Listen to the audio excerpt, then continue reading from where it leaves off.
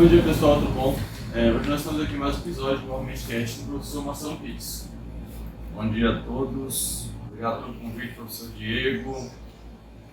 Vendo aqui rostos conhecidos e vamos conversar um pouquinho sobre a melhor modalidade do mundo, né?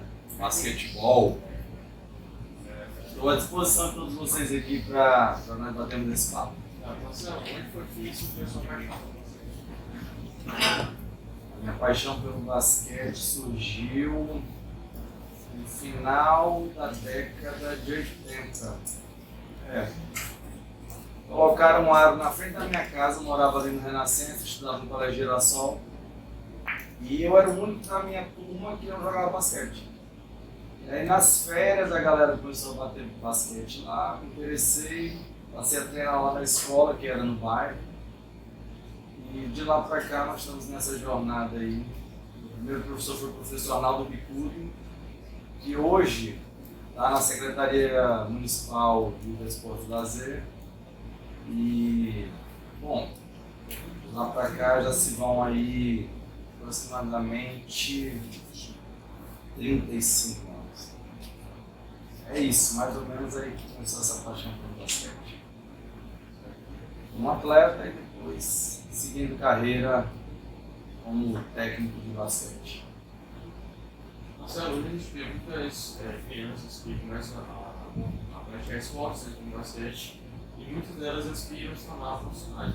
E poderia começar um pouco com a gente sobre as dificuldades de se tornar profissional no mundo do basquete? A dificuldade de se tornar profissional em qualquer área, ela vai acontecer. Então, vocês, aqui tem alguém que almeja medicina? Direito? Pois é, então assim, muita gente almeja igualmente vocês entrarem na área de direito e medicina. Mas uma coisa é conhecer o caminho, outra coisa é trilhar. Então, para que isso aconteça, você vai ter que abrir mão de muita coisa em busca desse sonho. E aí priorizar essa busca. No esporte profissional é da mesma forma. Eu acho que o esporte profissional tem uma particularidade, em especial no nosso país, porque é um país de poucas oportunidades para quem busca sobreviver pelo esporte. Não, a gente tem muito centralizado ali no eixo Rio-São Paulo, ali no sul e sudeste, que são os locais em que tem equipes profissionais que você realmente pode buscar trilhar esse caminho, mas de forma geral é um pouco complexo porque são poucas oportunidades. O esporte no Brasil ele não é massificado dentro da escola e posteriormente nas universidades. Isso causa grande dificuldade para que você busque realmente tentar se tornar profissional, mas é um caminho que alguns buscam. Nós temos aqui ex-atletas da escola, que são o João Pedro Brito e o Clóvis, que hoje jogam pelo Fluminense. Então, nessa busca por esse sonho, começaram jogando lá no Municipal, foram atletas nossos aqui da escola. E hoje, aí depois foram para o Municipal, hoje estão pelo Fluminense, correndo atrás dos seus sonhos. Independentemente deles se tornarem profissionais ou não, o aprendizado que eles vão ter com essa vivência que eles estão tendo lá, eles vão levar para o resto da vida deles. Mas a pergunta em si sobre se tornar profissional e quais as dificuldades, eu considero as mesmas. No esporte profissional tem algumas particularidades também que tornam até talvez um pouco mais difícil. Que a questão do biotipo ajuda muito. Às vezes nós temos garotos extremamente talentosos, mas que não conseguem chegar nesse objetivo por uma questão de biotipo. Eu tive uma palestra uma vez de um técnico da Seleção Brasileira de base de voleibol.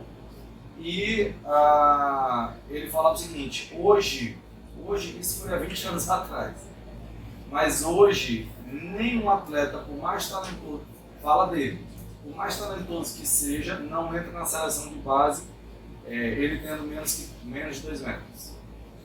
Por quê? Porque o que ele fala? Ele fala que o talentoso ele não tem como forçar a crescer. mas o cara grande, ele pode desenvolver as habilidades. Então, isso já coloca uma régua ali que limítrofe para excluir muita gente, porque esporte de alto rendimento, esporte profissional, ele é exclusivo, né? Não tem para onde correr. Marcelo, a gente também recebeu algumas perguntas dos participantes. Muita gente perguntaram qual foi o melhor jogo na sua carreira como técnico, como jogador. Você vai falar um pouco sobre isso?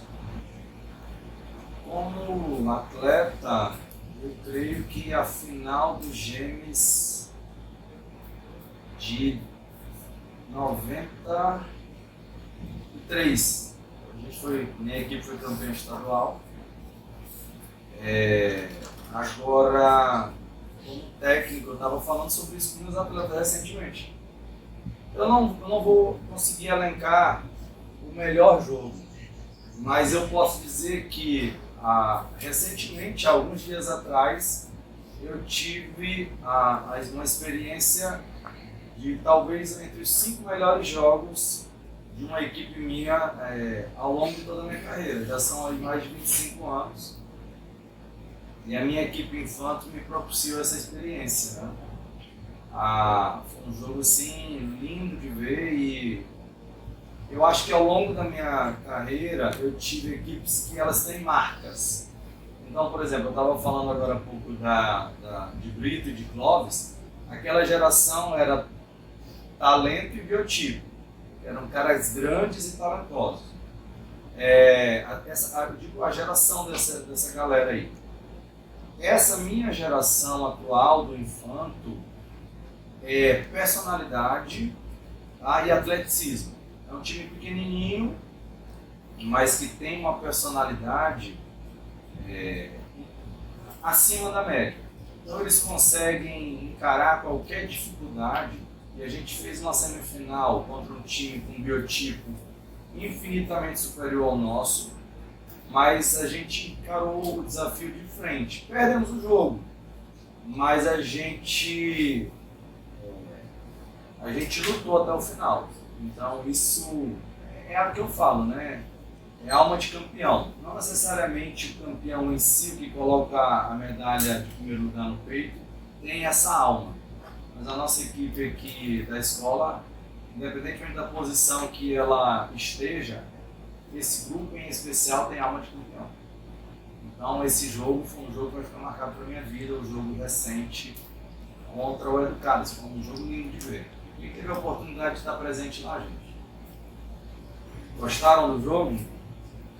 Então assim, tá na minha história, tá na nossa história, a gente não vai esquecer. A gente também tem uma pergunta, mais uma vez. Qual foi o momento que o senhor decidiu se tornar treinador de basquete? E qual foi o momento que o senhor também decidiu ser treinador de basquete do Educado? Visto que você tinha outras propostas já na sua carreira como treinador. O meu ingresso no universo da educação física veio por estímulo de um professor de basquete, Eduardo Macieira. Eu era atleta do colégio Objetivo, ele era um técnico na época jovem, entusiasmado e assim, sempre falou para mim que eu tinha esse perfil para trabalhar na área. A verdade é que eu sempre fui muito bom na área de exatas, assim, eu era muito bom em matemática e tal, em outras áreas, e eu almejava na época ciências da computação. Eu confesso que eu fiquei com um pouquinho de medo de não passar no vestibular, a concorrência para a educação física era menor, houve esse estímulo. Eu fiz escondido, eu me inscrevi para a educação física escondido dos meus pais, mas aí ingressei nesse universo. Eu creio que muito graças a esse direcionamento de Eduardo, eu acho que ele acertou. Sobre o Educator, ele tem uma história curiosa com o Educator, porque eu entrei aqui há mais ou menos uns 20. Tu tá há quantos anos, Diego, aqui? Diego já tem uns 16 a 17 anos, eu tenho uns 21 anos aproximadamente aqui de escola. Eu entrei no Educator para passar 3 meses na escola. tinha uma professora de basquete, amiga minha, chamada Simone Paiva, que excelente atleta, excelente professora de técnica de basquete, e ela engravidou. Na licença maternidade, eu iria substituí-la, porque o professor Pira trabalhava comigo no Colégio Dom Pedro, ele era professor de vôlei lá, e um dia ele disse assim, ele era o supervisor de esportes do Colégio Educado, ele disse, um dia nós vamos trabalhar junto novamente, porque ele tinha saído do Dom Pedro. E me convidou para substituí-la durante esses 3 meses, e foram 3 meses mágicos, né? A minha primeira aula da minha turma era uma turma mirim, mas era mistão ali, tinha todas as idades. Na primeira aula, eles me odiavam, porque eles queriam coletivo. E aí eu, não, nós vamos treinar basquete. E aí na segunda aula eles queriam coletivo. Aí eu, não, a gente vai treinar basquete. E aí houve um pedido por parte desse grupo, assim, será que não dá para mudar o professor? Porque ele só quer dar aula. O grupinho mais novo, já o grupinho mais velho, estava sedento por aprendizado. E aí, na época, então assim, a gente teve uma relação de muita proximidade com a galera dos mais velhos, e depois os mais novinhos aderiram a isso, entenderam qual é o processo. E aí, na hora que já estava ali perto de finalizar a licença maternidade de Simone, os alunos fizeram um abaixo-assinado para que eu permanecesse, né? Um abaixo-assinado assim, de 8.000 assinaturas, acho que foram umas 10. E a direção optou em permanecer com 2 técnicos. Nesse ano, Simone ficou com o mirim e eu fiquei com as turmas de competição. Aí, posteriormente, Simone acabou indo em outro caminho, e lá se vão 22 anos, menos cabelo, uma úlcera, graças a vocês que me fazem raiva. Aqui eu estou cheio de atleta meu. Mas muito amor por essa modalidade e muito amor por essa escola, porque ao longo dessa trajetória eu trabalhei em outros lugares, acabei optando em ficar exclusivamente com o Educator, porque no Educator eu tenho a oportunidade de ser eu mesmo e de desenvolver aquilo que o Educator tem, que eu acho que é o que o Educator tem de mais especial, são as relações humanas. E é o que nós apostamos lá no nosso basquete. Muito treino, sim, muita cobrança que eu faço aos meus atletas, mas de muita, assim, a relação de muita fidelidade entre nós e muita parceria. E é uma via de mão dupla, porque assim, os meus alunos fazem tudo por mim, então a gente se ajuda o tempo todo. Por isso que eu optei estar aqui e não me arrependo em nenhum momento. Assim, o Educator é minha casa. Nossa casa. O basquete aqui no Educator, ele é muito, vou colocar, tradicional. Ele é muito firme. As outras modalidades flutuam, sobem, descem, mas o basquete sempre se mantém. Tu atribui essa característica ao que tu disseste agora, a essa proximidade, porque tem a mudança de geração. Entendeu? Eu queria saber a que tu atribui esse sucesso, essa constância do basquete no Educator, essa cultura de basquete na escola. Eu acho que são muitos os motivos. Assim. Primeiro que eu posso dizer para vocês, viu, Tereza? O que eu posso dizer para vocês é o seguinte: qualquer profissão que vocês forem ingressar, eu digo para vocês o seguinte, gente, o dinheiro ele vai vir. Mas, se você, independentemente de que profissão, se você for bom no que você faz, você vai ser bem sucedido financeiramente. Cada um dentro do seu patamar, do que considera ser bem sucedido profissionalmente. Mas tenha amor ao que você faz. Então, se você não ama aquilo que você faz, você não vai fazer bem feito. E aquilo vai ser constantemente uma luta interna de você ir lá para o trabalho. De novo a fazer aquilo. E assim, para mim é um prazer na aula de basquete. quem é meu aluno sabe que isso é verdade. Então, assim, eu realmente tenho um amor muito profundo por essa modalidade. Eu acho que esse é um dos fatores da consolidação e assim, da solidez que o basquete tem ao longo de todos esses anos. Um outro aspecto é que, como eu tenho falado da minha relação com essa escola, a direção ela é uma direção diferente. Então ela nos dá a oportunidade de realmente você fazer com que a modalidade possa se desenvolver. E óbvio que os alunos abraçam muito a ideia. Então hoje o basquete é uma questão cultural da escola. Nas outras escolas, recentemente eu estava num amistoso lá no Crescimento, e um pai disse assim, eu luto para que o meu filho com os amigos dele joguem basquete no intervalo aqui da escola, vão lá no condomínio jogar, etc. Então, eu falei, não é educado é assim? Eu falei, não, o educado, ele hoje, no pátio, é basquete. Hoje, há muito tempo. E esses meninos se encontram para jogar basquete nos seus condomínios. Então, se eu for, são vários fatores, mas se eu for elencar o principal, o sucesso do basquete é graças aos meus alunos, porque eles engajam. Não há nada que eu peça para eles que eles não me entreguem em dobro. Eu peço para eles para a gente viajar, aí eu acho que vai ter uma adesão de 30 alunos, tem de 60. Eu peço para eles me ajudarem num vídeo para Vila Caipira, linkando isso com o basquete, e eles rapidamente mobilizam.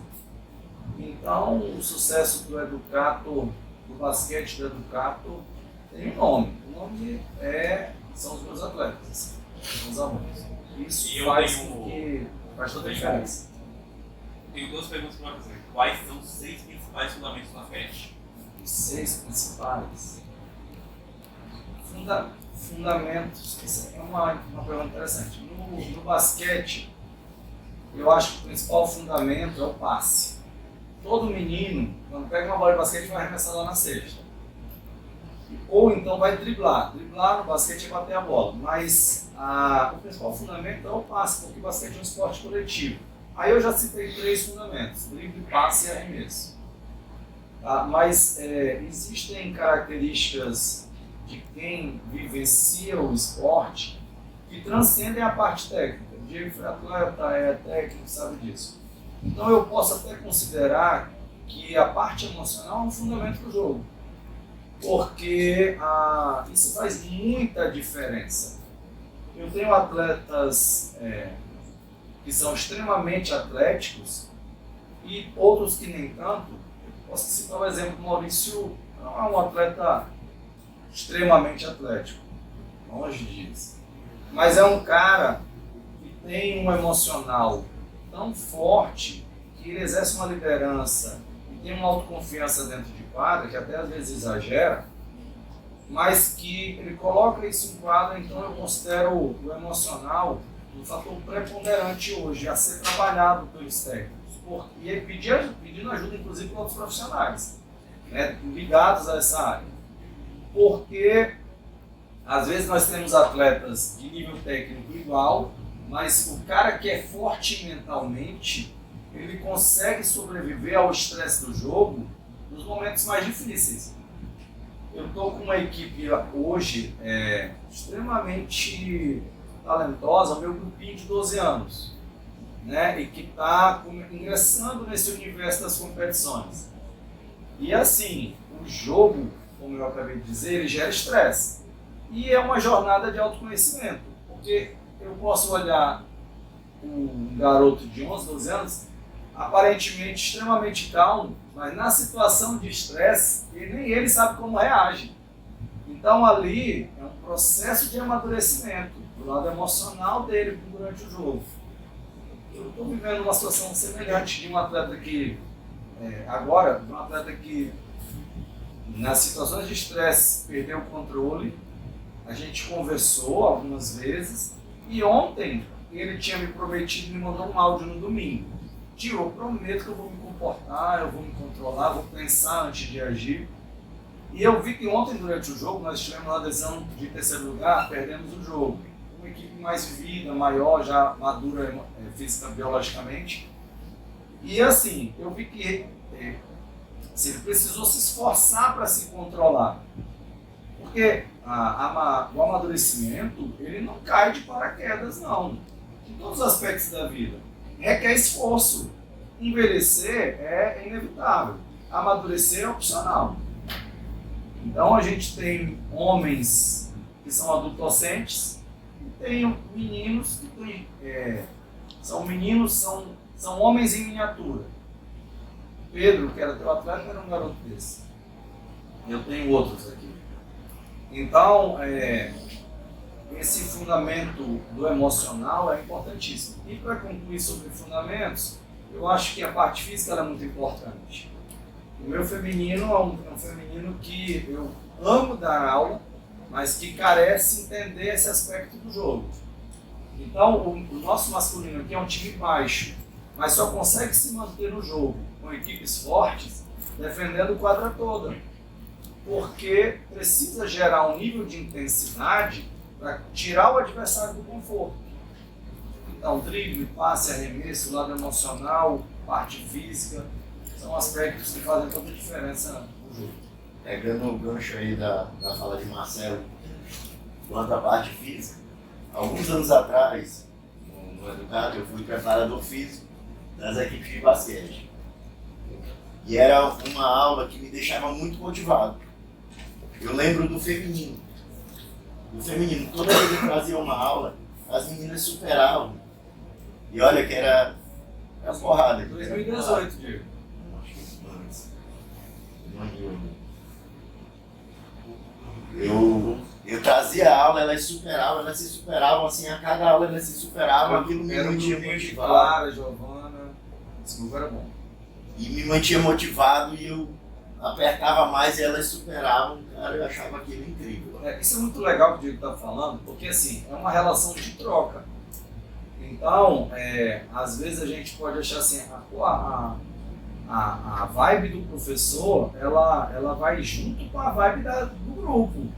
Então, assim, às vezes o grupo ele consegue extrair do professor aquilo que ele tem de melhor. Porque é um grupo que exige isso de ti e viaja na tua viagem. É o que eu digo, assim, não existe nada errado ou absolutamente correto em nenhum esporte. Existe ideias que são compradas pelo atleta e ideias que não são compradas. Então pode ser que algum determinado técnico ache que defender quadra toda é horrível. Se o grupo dele comprar isso e achar que o jogo é só 2-1-2, beleza, tá? Desde que o grupo compre. E aí essa relação de troca de energia e eles caminham juntos. Agora, se o grupo não compra as ideias do professor, então vamos na parte física aqui, vamos trabalhar força de membros superiores e tal, e tu vai lá, tu traz o teu melhor treino. E as meninas não aderem, ou os meninos não aderem, do que adiantou um ótimo planejamento e um professor que se preparou para aquilo. Então, requer um grupo que realmente mergulhe junto contigo no sonho. Eu acho que é isso. Sim.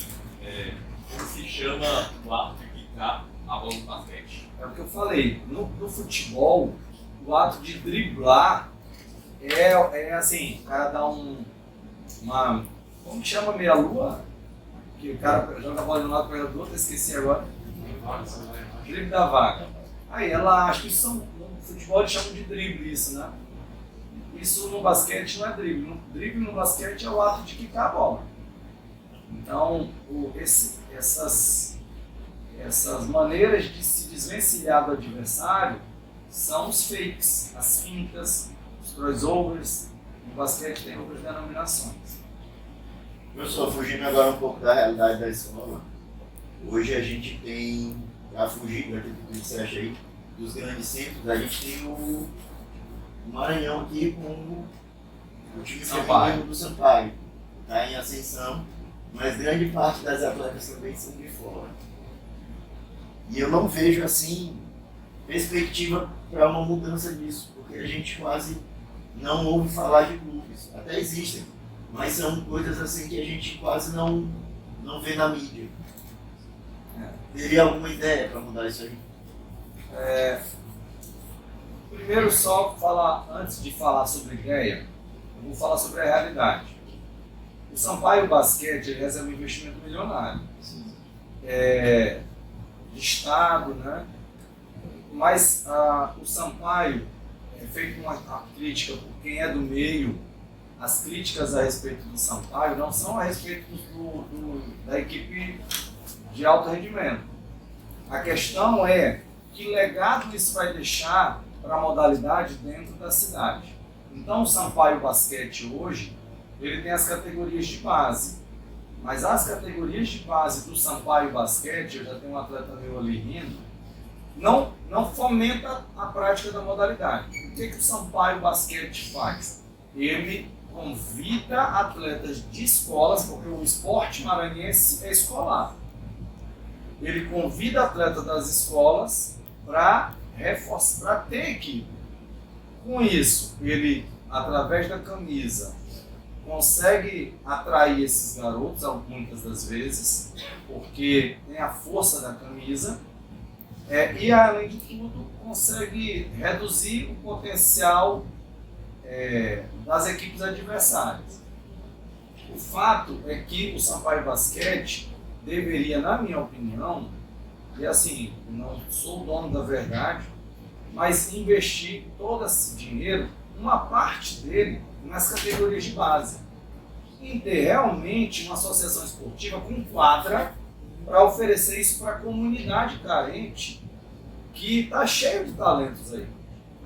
Então eu acho que esse é o ponto a ser criticado, no sentido de realmente buscar algo para que fique para a cidade, né? Porque o título vai ficar, o troféu de campeão vai ficar lá, apenas lá na sala de troféu do Sampaio.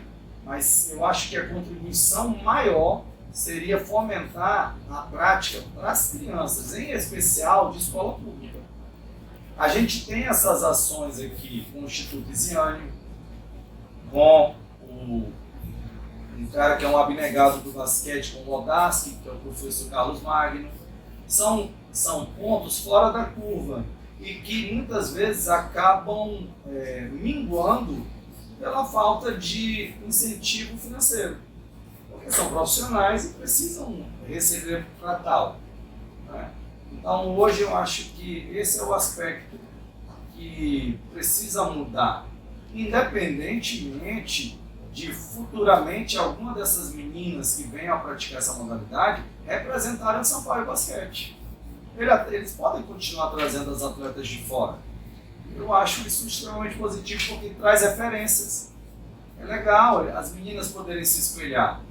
Aqui nós já tivemos a oportunidade de assistir jogos do Sampaio, é uma experiência maravilhosa.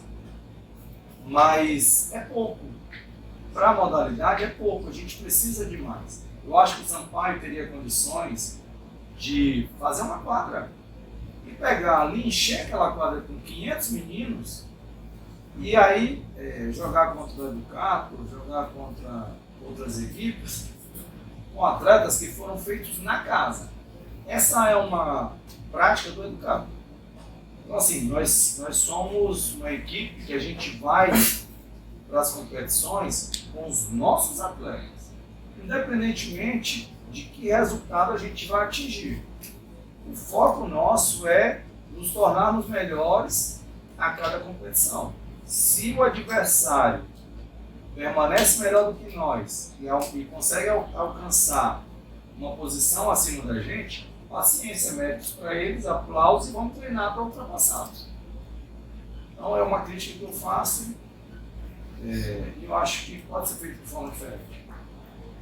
Acho que a última pergunta para finalizar, e até o senhor comentou agora sobre boicote e abojão, o professor perguntou, na sua opinião, quais são as características que formam o caráter de um atleta que joga no Educato? características que formam um atleta bem educado. Bom humor, porque eu acho que, assim, a gente brinca muito entre a gente. Sabe, a vida, cara, não dá pra se levar tão a sério assim, sabe?